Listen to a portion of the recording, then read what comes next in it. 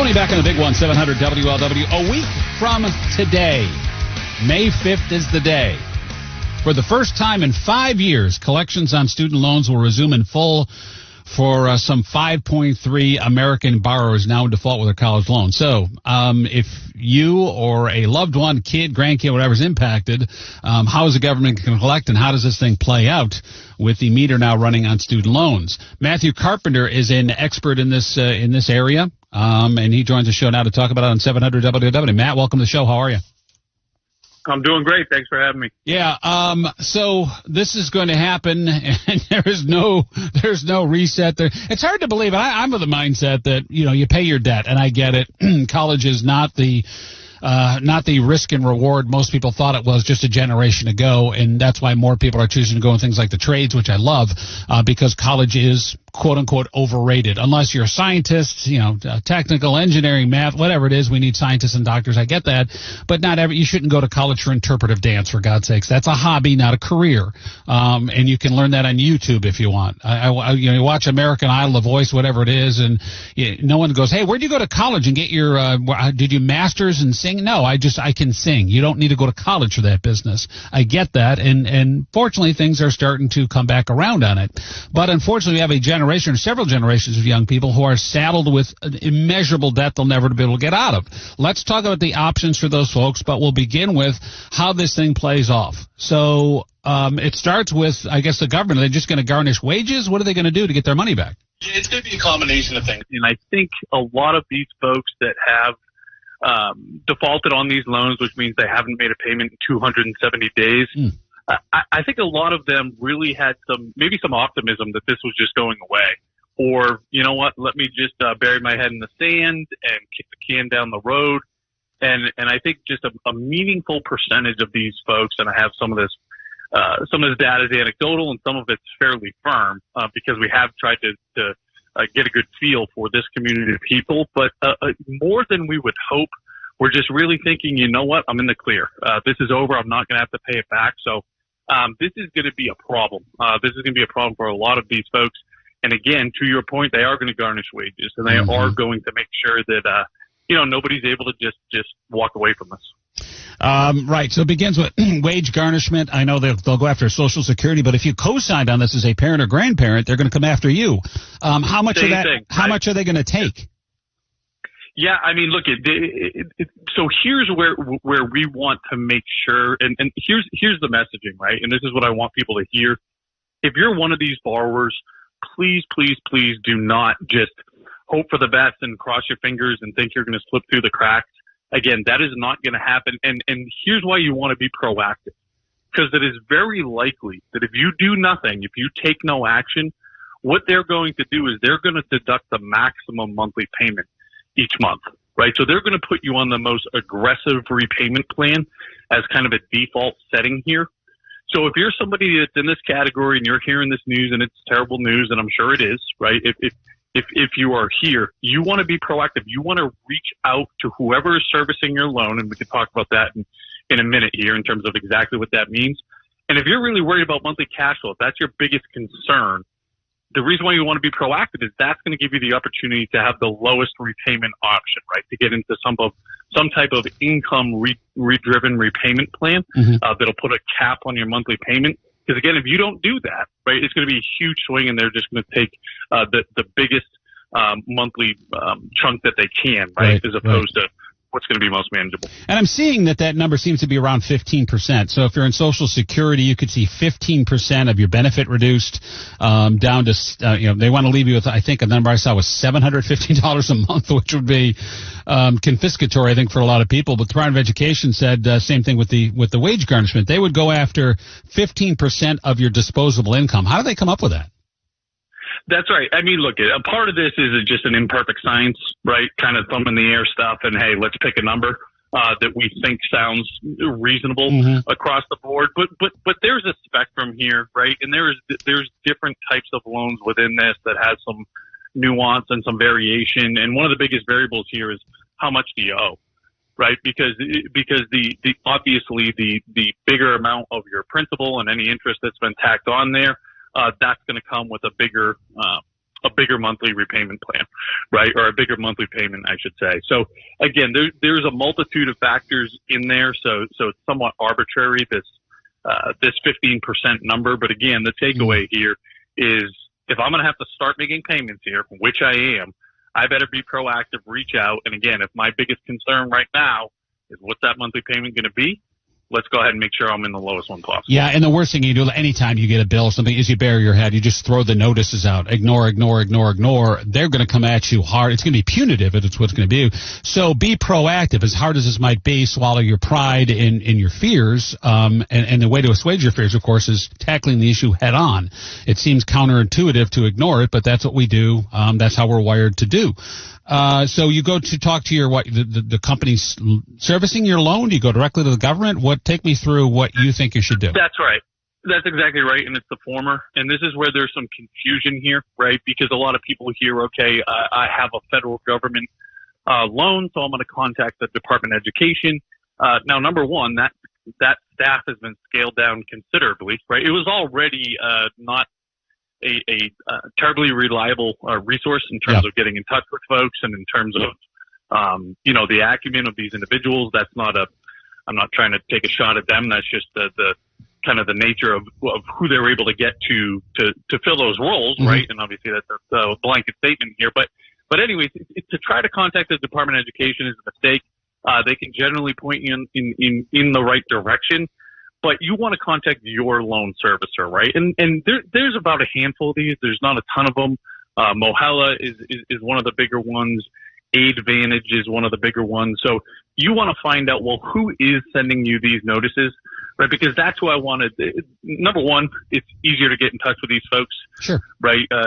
Again, that's what they are there for. And again, we want to just reach out. You can do it all electronically, right? You can set this up online, and they make it pretty simple, where one of the options is just like, hey, look, I want the lowest monthly payment possible. Again, obviously, let's be clear, right? We want to pay back as aggressively as we can, right? But for folks that just don't have the ability to make aggressive monthly payments, they usually make it pretty straightforward. Give me the lowest possible, monthly payment, right? And let's just start there, right? And for most people, that's going to be somewhere within this income driven repayment plan, but that's what we want to do, and do it today, right? It's human nature. We run from pain, but do it today. All right. So yeah, if you wait and let them do it for you, it's going to be maxed out like 15%. Maybe you can get that percentage down to what? Give me a number. Well, look, if you can get it down to as low as single digits and on the low side of that, right? Now, it used to be that you could actually do have a monthly repayment of $0, and it would still count towards your payments, right? That's not going to happen. But again, if you have a low income, right, and you can document that, and you get on this income driven repayment plan, really these monthly payments will be manageable. They will not completely derail, that is the intent here. But again, you only get to take advantage of that if you go ahead and are proactive and make this happen. Yeah. What if you simply can't pay the loan back? I mean, you are indigent. They're going to find that out pretty quickly. What happens then? Yeah, I mean, look, that's again, some of this is, well, let's wait and see here. How are they going to react to folks that, again, simply cannot make the payment, and maybe there's no garnishes, or maybe there's no wages to garnish, right? I mean, what are they going to do in that case, or in those cases? Because again, these loans, right? These are the only types of loans that are not eligible for bankruptcy.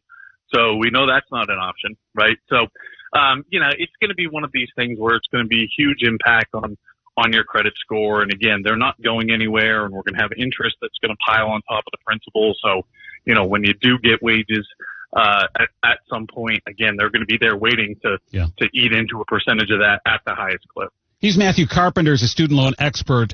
His company is College Aid Pro, and more on that in a second. 1 week from today, May 5th, is the drop-dead date. For the first time in 5 years, collections on student loans will kick in. That's going to affect over 5 million U.S. borrowers, and if you don't react to that and start paying back, they're going to come and garnish your wages. And specifically, Matthew, what payments can be garnished? What can they go after? What can't they touch? Yeah, I mean, look, anything that shows up in your W-2s, right, or your federal tax returns. I mean, that, you know, anything that has I guess, you know, a federal element to it, they're going to have access to that. They're going to see it. I mean, anything that even shows up on a 1099, right? They're going to see it. So essentially, anything that is you know, documented and not, you know, you're not getting paid cash under the table or whatever it happens to be, that's going to be something that they are going to be proactively, you know, taking a look at and making decisions. And again, I think we have to assume that they're going to have pretty unfettered access here, and that just needs to be the mindset. The scary one is Social Security. If you're a mom or a dad or grandma, grandpa, or a family member for that matter, and you said, oh, okay, well, I'll co-sign for this, you're now on the hook for up to 15% of your monthly benefit reduced, and Social Security Administration saying, yeah, we're going to go after it and leave you with maybe $750 a month and take everything above that if you don't act. If that's you and you co-sign, should you be the one calling, you know, maybe it's mom or dad or grandma, grandpa, should you be contacting the service company, the loan servicer, or the Social Security Administration on that? You really should, right? And for most people, what they're talking about specifically is something called a PLUS loan. This is the federal loan program for parents, or in some cases, to your point, grandparents or guardians that are borrowing in order to help send their kids, grandkids, et cetera, off to college, right? And so it is, they are the borrowers. Even though this was for the student to go to college, again, their kid in most cases, to put it frankly, they don't care. You took this loan out, and that's who they are. That's who they are coming after. So in this, you know, again, for the vast majority, it is the parents that needs to be, you know, reaching out to these same service providers to, again, same deal, get on this, you know, if it's what you need, lowest, you know, possible monthly repayment plan. But yes, they're, you know, making no mistake about it, that's who they're coming after. Yeah, you don't want to get, you know, you can worry about it all you want, pray over it all you want, but at the end of the day, they're going to get their money. So you've got to be proactive if that's you and reach out and try to come up with a payment plan, so it's not completely devastating you. I can only imagine how hard this is going to hit. Now, you're on the student loan side of things at College Aid Pros. You help families navigate the financial aid waters, and I don't think what I said is probably you're going to agree with that. Is you look at some degrees and go, is this amount of money actually going to be worth it if I did get a degree in, I don't know, technical writing or something along those, anthropology, whatever it might be, which I can't believe they're still offering degrees in, but they are. You're still going to have to pay those loans back. So as families get ready and hear this, and we live in a different era now, Matt, what are you telling families that maybe you didn't tell them 10, 15, 20 years ago? Well, I'll tell you what, you were actually speaking my language and speaking the language for all of us here at College Aid Pro. I mean, yes, we're experts in the student loan space, but that's because we have to be, just because of too much of this ecosystem is, you know, these folks that we're talking about now that are in this reactive situation, right? Our job is to help people be proactive and make sure that we are not in a scenario that 1.7, you know, that all these millions of Americans, you know, 45 million Americans, $1.7 trillion in debt. It's all because they didn't take, and again, I'm not being disparaging here, they didn't take the right proactive approach. And to your point, we're not critical thinkers in terms of like, what's the ROI here? Yeah. We actually just released a position paper, and a huge piece of it is, look, college is not for everybody. And this is not the same, you know, quote unquote, guaranteed path to middle class that it was used to be, that it was intended for. It's got wildly out of control. And we really have to understand, like, what are we investing in here, right? And you know, what is the college, or what, you know, what is the degree that we're seeking? Is this the type of individual that should go the traditional, you know, 4-year route, right? And we just have to, you know, we have to think more critically. Yeah, I mean, you see those cars and what says Yale Mom or, you know, Princeton Dad on the back, and, you know, you've got a brag tag. That's a $100,000 bumper sticker you have. Hopefully your kid is going to graduate, degree, make a lot of money, and be very successful in their career and be happy, be a happy person to begin with. And I'm not throwing shade at those folks, but a lot of people see it and feel, wow, that might, you know, where's your kid going to school? And you got to answer that uncomfortable question when they're in high school and go, well, they're going to go into the service, or they're going to, you know, they want to be a carpenter, or we're not sure. And you feel kind of embarrassed as a parent. You know, is that attitude starting to change? How many parents are now that if parents feel that pressure to, you know, churn out academics and their kids go to, you know, well, my kid's got a choice between 3 Ivy League schools. What's your kid doing? And kind of look down at your nose. That attitude seems to be changing now, because you know that there's no guarantee you're going to be successful in those institutions. You just don't know. Well, look, it's not changing as fast as we would like it to, and we're doing everything we can to scream from the mountaintop. So we got to get rid of this kind of stigma that if to your point, if your kid's not going to Yale or Princeton or Harvard, you just weren't a very good parent, right? And because that's because that's what it feels like sometimes. And obviously the social media drives it. Sure. And again, to your point, those are $100,000 bumper stickers a year. They're $400,000 bumper stickers, right? And so again, we just have to, I think, collectively say, hey, let's stare at this. Enough's enough here. We're getting just completely out of control, and let's just make sure that we're setting these kids up for success, right? And setting, us as parents that are looking to retire someday up for success. And, the measure of success is trying to help these kids be on the right path as quickly as possible. And guess what? To your point, there's more than one, quote unquote, right path, and it's not college for everybody. Yeah. Couldn't agree with you more. Again, it's Matt Carpenter, student loan expert, College Aid Pro, collegeaidpros.com.